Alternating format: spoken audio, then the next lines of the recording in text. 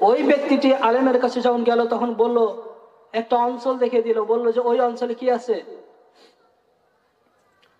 ওই অঞ্চলে ইমানদার ব্যক্তিরা বসবাস করে, সেখানে চলে যাও। এখানে যাওয়ার পর তাদের সাথে বসবাস করো, আস্তে আস্তে তোমার এই বদ অভ্যাস, খারাপ অভ্যাসটা কি হয়ে যাবে? চলে যাবে।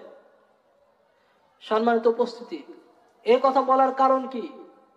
এ কথা বলার কারণ হচ্ছে, আপনি যদি 5 ওয়াক্ত নামাজি 5 জন বন্ধুর সাথে সকল সময় উঠা বসা করেন, আপনি যদি নামাজ নাও পড়েন, এক সময় দেখবেন যে আপনার সালাতের উপর কি লজ্জা আসবে। কিভাবে 5 জন বন্ধু সালাত আদায় করছে, আমি 6 নম্বর, যখন আজান হয় তারা মসজিদে চলে যায়, তাকবীরে তাহরিমা বাদে তারা সালাত সম্পূর্ণ করে, আর আমি তো মুসলিম, অথচ আমি সালাত আদায় করি না কেন? সুতরাং তার ভিতরেও একটি ভয় চলে আসে, তখন সে আস্তে আস্তে সালাত শুরু করে দেয়। আর যখন খারাপদের সাথে চলাফেরা করে, বিড়িখোর, নিশাখোর, গাঁজাখোর, মদখোর, চুয়ানিখোর, এই সকল খোরদের সাথে যখন ওঠা বসা করে, তখন ওই ভালো ছেলেটাও, ভালো ব্যক্তিটাও আস্তে আস্তে নষ্টের দিকে চলে যায়। বাংলাদেশ সহ গোটা বিশ্ব থেকে যদি মাদক তুলে দিতে হয়, তাহলে কোরআন প্রেমিক যারা মুসলিম আছে, যে সকল যুবক আছে, সেই সকল যুবকদের সঙ্গে আপনার সন্তানকে মিশতে দিতে হবে। সেই সকল যুবক ছেলেদের সাথে উঠা বসার করার সুযোগ করে দিতে হবে। যদি আপনি আপনার দেশ থেকে ইয়াবার ব্যবসা হটাতে চান, সন্ত্রাসী হটাতে চান, মাদক ব্যবসা হটাতে চান, যদি অন্যান্য জেনা, ধর্ষণ, লুট, রাজ্য সবকিছু যদি সরিয়ে দিতে চান, ধ্বংস করে দিতে চান, তবে অবশ্যই আপনাকে কোরআনের প্রেমিক যারা কোরআনকে ভালোবাসে, 5 ওয়াক্ত সালাত আদায় করে, ইসলাম মানার চেষ্টা করে, আল্লাহর জমিনে আল্লাহর বিধান প্রতিষ্ঠিত করার চেষ্টা করে, সেই সকল যুবক ছেলেদের সাথে আপনার সন্তানকে মিশতে দিতে হবে। এই সকল যুবক ছেলেদের সাথে মিশতে দিতে দেওয়া হলেই আপনার সন্তান আস্তে আস্তে ভালো হয়ে যাবে, আস্তে আস্তে নামাজি হয়ে যাবে, আস্তে আস্তে কোরআন প্রেমিক হয়ে যাবে। ওই সকল ইয়াবার নিশা ছেড়ে দেবে, মদের নিশা ছেড়ে দেবে, মহিলার নিশা ছেড়ে দেবে। এছাড়া বিকল্প কোনো পদ্ধতি আপনি পাবেন না কখনো। আইন দিয়ে এটা করা সম্ভব হতে পারে না। হতো যদি প্রত্যেকটি জায়গাতে ইসলাম থাকতো। ইসলাম ব্যতীত এটা সম্ভব না। আমি বলে যাচ্ছি, বাংলাদেশ থেকে কোনো কিছু রাখবো না, সন্ত্রাস রাখবো না, নিশা থাকবে না, কোনো কিছু থাকবে না। আমার উপরকার যদি নেতারা যদি এই ব্যবসাটা করে, আমার দৌড়ানোর ক্ষমতা আছে? কথা বলেন, কথা বলেন, নাই। তাহলে প্রয়োজন কি? একটাই উপায়, যেহেতু আমরা রাষ্ট্রীয়ভাবে ইসলাম প্রতিষ্ঠিত করতে পারছি না, এখন একটাই উপায়, যে কারা কোন সকল যুবক ছেলে নামাজ পড়ছে, বান্দি ওখানে দিয়ে আসতে হবে। দড়িতে বান্দি হলেও ওই যুবক ছেলেদের কাছে দিয়ে আসতে হবে যে নামাজ পড়ে তুমি এদের সাথে থাকো। এরা কোরআন চায়, আল্লাহর জমিনে আল্লাহর বিধান প্রতিষ্ঠিত করতে চায়, এদের সাথে মিশো। কিন্তু না, এরা তা করবে না। এরা কি, যারা নামাজ কালাম পড়ে, কোরআনের কথা বলে, কোরআনের বিধান চায়, তাদেরকেই আখ্যায়িত করে জঙ্গি বলে। কথা বলেন, এরা নাকি জঙ্গি। কয়টা আলেমের হাতে অস্ত্র পাওয়া যায়? কথা বলেন। আলেমরা অস্ত্র হাতে না নিয়েই যে শুরু। বন্ধু কি আপনাকে টিকিয়ে রাখবে? যদি আলেমদের হাতে প্রকৃতই অস্ত্র থাকে, আপনাকে সর্বপ্রথম কসফায় দিবে আপনার বন্ধু। যারা বলুন কথা ঠিক কিনা? আলেম ওলামার হাতে অস্ত্র দেখা মানে সেই সোনালী যুগের ইতিহাস মনে পড়ে যাবে তাদের। কি করে বদর প্রান্তরে তাদেরকে লাঞ্ছিত করা হয়েছিল, অপদস্থ করা হয়েছিল, অপমান করা হয়েছিল, সেই ইতিহাস তাদের স্মরণে চলে আসবে। যদি মুসলিমদের হাতে অস্ত্র আসে যায়, তবে মুশরিকরা কখনোই মুসলিমদের সাথে বিজয় যুদ্ধ করে বিজয় আনতে পারবে না ইনশাআল্লাহ। প্রত্যেকটি ঘাটে, প্রত্যেকটি মাঠে, যেখানেই থাকুক না কেন, মুসলিমরা অস্ত্রের লড়াই বিজয় লাভ করবে, তরবারির লড়াই বিজয় লাভ করবে। আলেম ওলামা দেখে নাচ ছিটকানোর কোন সুযোগ নাই। আলেম ওলামারাও এখন হেলিকপ্টার বিমান উড়াচ্ছে। যারা বলুন কথা ঠিক কিনা? কি মনে হয় শুধু মসজিদ পর্যন্তই? যারা বলুন মসজিদ পর্যন্তই, সকলে মিলাদ পড়ানো মোল্লা না। যারা বলুন কথা ঠিক কিনা? সকলকে এক দাড়িতে মাপলে হবে না, আপনাদেরকে জাগ্রত হতে হবে।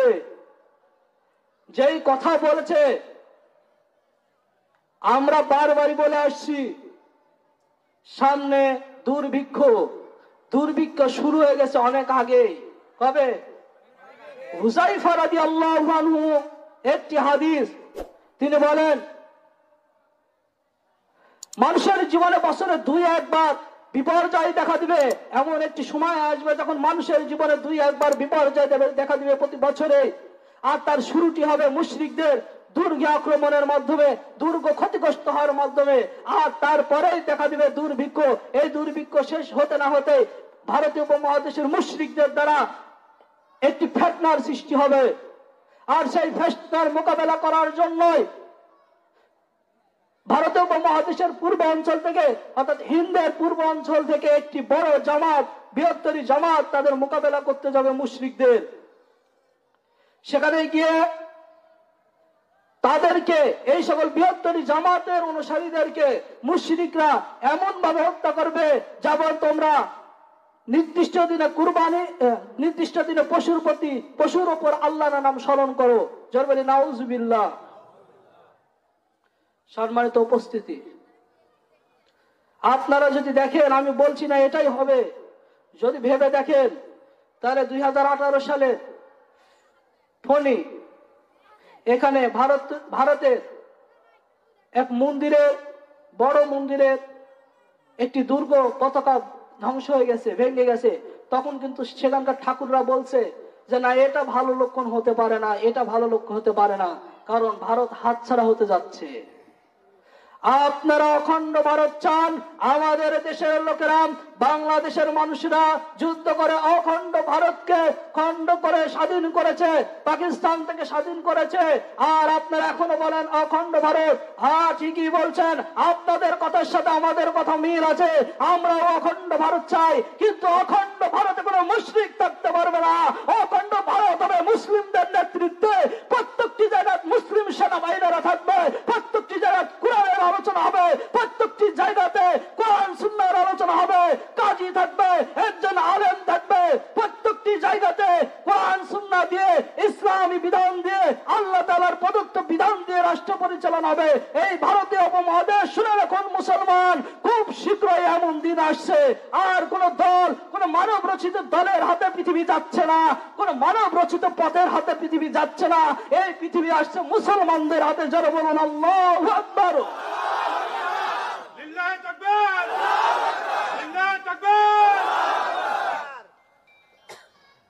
মনে হচ্ছে পৃষ্ঠা পরিবর্তন হবে, সকলেরই মনে মনে রব। পৃথিবীর অবস্থা দেখে বোঝা যায় না কিছু হতে যাচ্ছে? কথা বলেন। 17 সালের আগে কিছু হয়েছে? কথা বলেন। এখন কেন? ঠাকাও দেখি। করোনা আবার আসছে, চাই না করোনাকে আমরা, কিন্তু পারা যাবে না। কারণ কোথায় থেকে এটা নির্ধারিত? যারা বলেন কোথায় থেকে? বড় প্রভু সেজে বসেছিল আমেরিকা, বিভিন্ন রাষ্ট্রে দ্বন্দ্ব বাঁধিয়ে অস্ত্র বিক্রি করে চলে আসছো। অপেক্ষা করো, খুব শীঘ্রই আসছে। আমেরিকার নাম নিশানা উঠে যাবে, আমেরিকার নাম নিশানা মুছে যাবে। শুধু মানুষ জানবে যে আমেরিকা বলে একটি রাষ্ট্র ছিল। যেই সকল খ্রিস্টানরা আজকে অভিশপ্ত জাতির আজকে রাষ্ট্র পরিচালনা করছে, এই সকল অভিশপ্ত জাতিরাই আবার সামনে মুসলমানদের দরবারে দাঁড়িয়ে ভিক্ষার থালা তুলবে, ভিক্ষার থালা নিয়ে মুসলমানদের ঘরে ঘরে যাবে ইনশাআল্লাহ।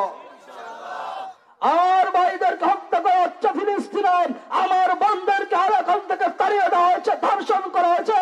আসামে আমার ভাইদের ঘর বাড়ি ভেঙে চুরমার করে দেওয়া হয়েছে। কাশ্মীরে আমার ভাই বোনদেরকে বারবার নির্যাতন করা হচ্ছে। ফিলিস্তিনের মুসলিমদের উপর অত্যাচার করা হচ্ছে। কোথায় মানব অধিকার? জুতা মারি তোমাকে।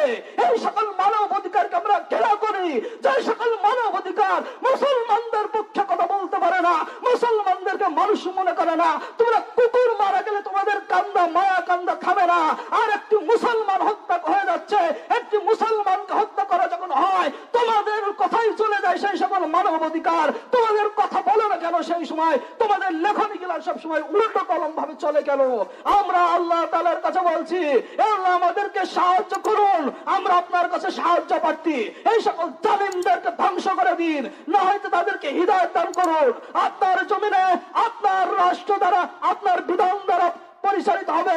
আমরা এটাই চাই। হে আল্লাহ, আমাদেরকে ইসলামী রাষ্ট্রের নাগরিক হিসেবে কবুল করুন। সবাই বলে আল্লাহুম্মা আমিন, আল্লাহুম্মা আমিন, আল্লাহুম্মা আমিন। সম্মানিত উপস্থিতি, একটু চিন্তা করে দেখুন, আমরা যে মুসলমান, আজকে আমাদের মুসলমানের কত দুর্বলতা। মদিনাকে কে ভালোবাসে না? বলেন, মদিনাকে মুসলমান ভালোবাসে না? মদিনা কাদের রাষ্ট্র?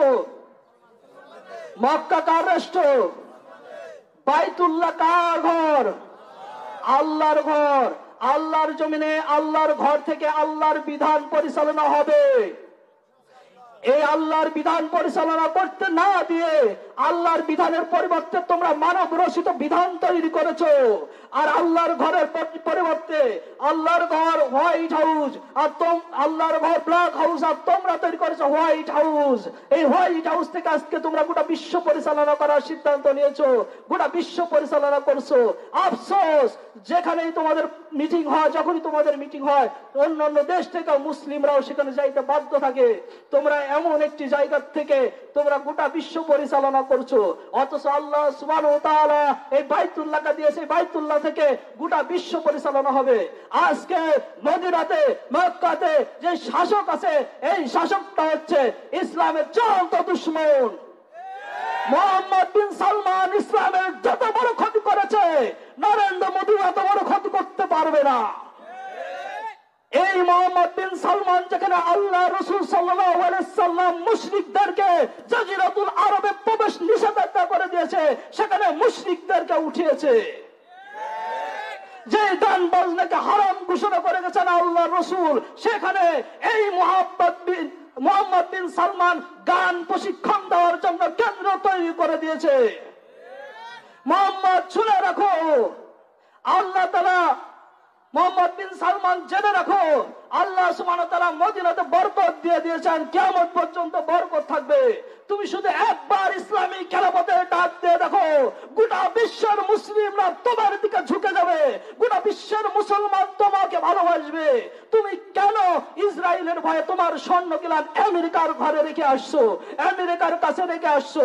তুমি বুঝতে পারছো না, ইহুদি খ্রিস্টান এরা নিজেরার মধ্যে দ্বন্দ্ব থাকলেও তোমাকে ধ্বংস করার জন্য, ইসলামকে ধ্বংস করার জন্য তারা ভাই ভাই হয়ে বসে আছে। আমরা ছোট একটি রাষ্ট্র, ইহুদি রাষ্ট্রকে ভয় করব না। আমাদের মূল সমস্যা হচ্ছে মুসলিম নেতৃত্বে। দল আছে, প্রত্যেকটি রাষ্ট্রে অনেক অনেক দল আছে। শুনে রাখুন, খুব শীঘ্রই এমন একটি নেতার আগমন হতে যাচ্ছে, যে নেতার মাধ্যমে প্রত্যেকটি দল ভেঙে চুরমার হয়ে যাবে এবং এক পতাকা তলে, এক ঝান্ডার নিচে সমবেত হবে এবং ভারতীয় উপমহাদেশের মুসলিম সাম্রাজ্য কায়েম করবে ইনশাআল্লাহ। সম্মানিত উপস্থিতি, যে কথা বলছিলাম, নবীওয়ালা কাজ, এই নবীওয়ালা কাজ করতে গেলে আপনাকে মুশরিকরা কখনোই মিষ্টি দিবে না, কখনোই মুশরিকরা মিষ্টি দেবে না। আপনার উপর আঘাত করবে, আপনার উপর বিভিন্ন রকমের কথা, বিভিন্ন রকমের কটূক্তি তারা করবে, আপনাকে সন্ত্রাসী আখ্যায়িত দেবে, আপনাকে মিডিয়ার সামনে ভিন্ন ভিন্ন ভাবে উপস্থাপন করবে, যেন মানুষরা আপনার কাছ থেকে দূরে চলে যায়। সুতরাং যত কথাই আসুক না কেন, যত বাধাই আসুক না কেন, ইসলাম প্রতিষ্ঠিত হওয়ার থেকে দূরে যাওয়া যাবে না ইনশাআল্লাহ। ইসলাম প্রতিষ্ঠিত করার জন্য চেষ্টা করতে হবে, ইসলাম প্রতিষ্ঠিত করার জন্য শ্রম দিতে হবে। আজকে আমরা ইসলাম প্রতিষ্ঠিত করব, শুনে রাখুন, এদিকে খেয়াল করুন। সম্মানিত উপস্থিতি, আমরা যে ইসলাম প্রতিষ্ঠিত করব, আমাদের মুসলিমদের মাঝেই রয়েছে মনোদ্বন্দ্ব। আমরা মুসলিমরা বিভিন্ন দলে বিভক্ত হয়েছি, বিভিন্ন খণ্ডে বিভক্ত হয়ে গেছি। আশ্চর্য লাগে মুসলিমদের কাহিনী দেখে। মুসলিমরা বাহাস নামের একটি ইসলামী অনুষ্ঠানের আয়োজন করে, কাদের সাথে লড়াই করার জন্য? এক মুসলিম আর এক মুসলিমের সাথে লড়াই করার জন্য। হানাফি আহলে হাদিসে আক্রমণ করার জন্য বাহাসের অনুষ্ঠান করে, আহলে হাদিস হানাফিকে আক্রমণ করার জন্য বাহাসের অনুষ্ঠান করে। এর চেয়ে লজ্জার কি হতে পারে? হানাফি আমার ভাই, মুহাম্মাদি আমার ভাই, শাফি আমার ভাই, মালিক আমার ভাই, আহলে হাদিস আমার ভাই, আমরা সকলেই মুসলমান। আমাদের মাযহাব নিয়ে কোনো দ্বন্দ্ব থাকতে পারে না। এই দেশে বিশেষ করে আহলে হাদিস নামের সংগঠনটি এই দেশে মানুষকে বিভক্ত করার কাজে প্রধান ভূমিকা পালন করেছে। শুনে রাখুন মুসলমান, তাদেরকে যদি নিজের নাম যদি এটা না রেখে নতুন কৌশলে যদি তাদেরকে সহি নামাজের বুঝ দেওয়া যায় তো ইনশাল্লাহ অনেকেই গ্রহণ করত। কিন্তু যখন দিতে শুরু করেছে, একজন আরেকজনকে আক্রমণাত্মক কথা কওয়া শুরু করে দিয়েছে, তখন মানুষ বুঝতে পারছে যে না, এখানেও সমস্যা আছে। যদি সমস্যা নাই থাকতো তাহলে আমাদের দলীয় কন্দল বাঁধত না। আজকে দেখেন, এদিকে খেয়াল করুন মুসলমান, আমাদের দাওয়াতের মধ্যে আর আল্লাহর নবীর দাওয়াতের মধ্যে কত পার্থক্য আছে। আল্লাহর নবী দাওয়াত দিয়েছে, জায়গা জায়গা থেকে শিরিক মূর্তি পূজা উৎখাত হয়ে গেছে। জোরে বলুন কথা ঠিক কিনা? আপনারা কোরআন সুন্নাহর দাওয়াত, স্টেজে উঠে সহি সালাতের দাওয়াত দেন, তাওহীদের কথা বজ্র কণ্ঠে বলেন, বিদআতকে বর্জন করার কথা বলেন, কিন্তু এখন দিন দিন শিরিক দূর হচ্ছে, যে প্রতিটি মুড়ে মুড়ে মূর্তি স্থাপন হচ্ছে, কিছুই করতে পারছেন না। তার মানে আপনার দাওয়াত আর রাসূলের দাওয়াত এক দাওয়াত হচ্ছে না। আল্লাহ রাসূল সাল্লাল্লাহু আলাইহি ওয়াসাল্লাম এই মূর্তি পূজাকে ভাঙবার জন্য বলেছিল, ওয়াকুল জাল হক ওয়াজহাকাল বাতিল ইন্নাল বাতিলা কানা যাউকা। আল্লাহু আকবার। সত্য এসেছে, মিথ্যা দূরীভূত হয়েছে, নিঃসন্দেহে মিথ্যা দূরীভূত হওয়ারই ছিল। আর আপনারা হানাফি মাযহাবের আলেমরা কিতাব লিখছে, জাল হক আহলে হাদিসদের বিরুদ্ধে কিতাব লিখছে, এই বইটা পড়ে দেখবেন। জাল হক, সত্য এসে গেছে, আহলে হাদিসদেরকে কটাক্ষ করে বিভিন্ন কথা লিখেছে। এবার আহলে হাদিসরা বসে না থাকতে পেরে, এই যন্ত্রণা সহ্য না করতে পেরে, এই বিপক্ষের আক্রমণ সহ্য না করতে পেরে উল্টা আরেকটা কিতাব লিখে দিয়েছে, ওয়াজহাকাল বাতিল। যারা বলেন নাউজুবিল্লাহ। বলেন তো কে কাকে কি বললো? এই আলেম ওলামারাই তো এই কাজটা করে দিল। এক মুসলমান আর এক মুসলমান বলছে জাল হক ওয়াজহাকাল বাতিল। আল্লাহ রাসূল বলছে মুশরিকদেরকে জাল হক ওয়াজহাকাল বাতিল, যা দূর হ, এখানে মুহাম্মদ এসেছে, ইসলাম এসেছে, তুই দূর হয়ে যা, লাঠিতে ভেঙে ফেলে দেবো মূর্তি। আর আলেম ওলামারা বাহাসের জন্য ডাক দিয়ে কিতাব লিখছে। এক আলেম আলেমকে বলছে কোরআনের আয়াত কোথায় ব্যবহার করা লাগবে এটাও ভুলে যায়। কোরআনের আয়াত কোথায় ভুলে রাখবে। যদি বলা হয় এটা কেন করলেন, তখন বলবে যে আপনি এই ওয়াজ করছেন কেন? আপনি কি বাংলাদেশের বড় আলেম ওলামা নাকি? সবকিছু পণ্ডিতদের মধ্যে সীমাবদ্ধ, সবকিছু পণ্ডিতদের মধ্যে তারা রাখতে চায়।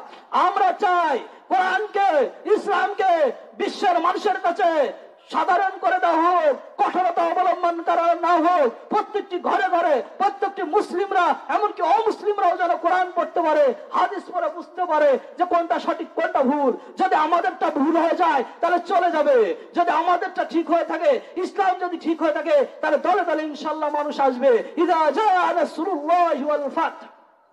যারা বলুন কথা ঠিক কিনা?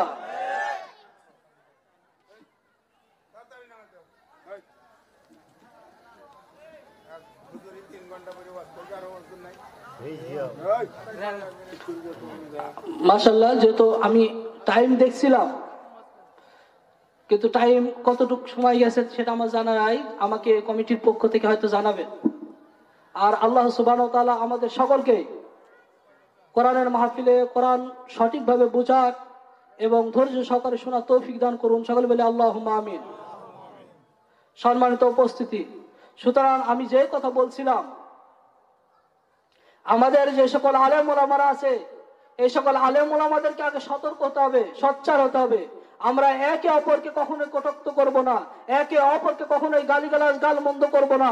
যদি এটা করি তাহলে শত্রুরা আমাদের থেকে সুযোগ পাবে, তারা আমাদের দিকে চোখ তুলে তাকানোর সুযোগ পাবে।